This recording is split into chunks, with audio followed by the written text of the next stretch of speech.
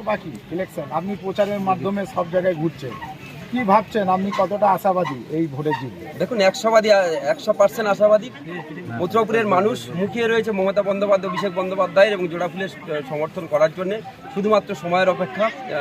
মানুষের যে আশীর্বাদ, মানুষের যে দোয়া, মানুষের যে আবেগ, সেই আবেগকে পাথেয় করে আমরা প্রত্যেকটি মানুষের কাছে যাচ্ছি। আবাল বৃদ্ধ বনিতা আট থেকে আসি সকলের কাছে।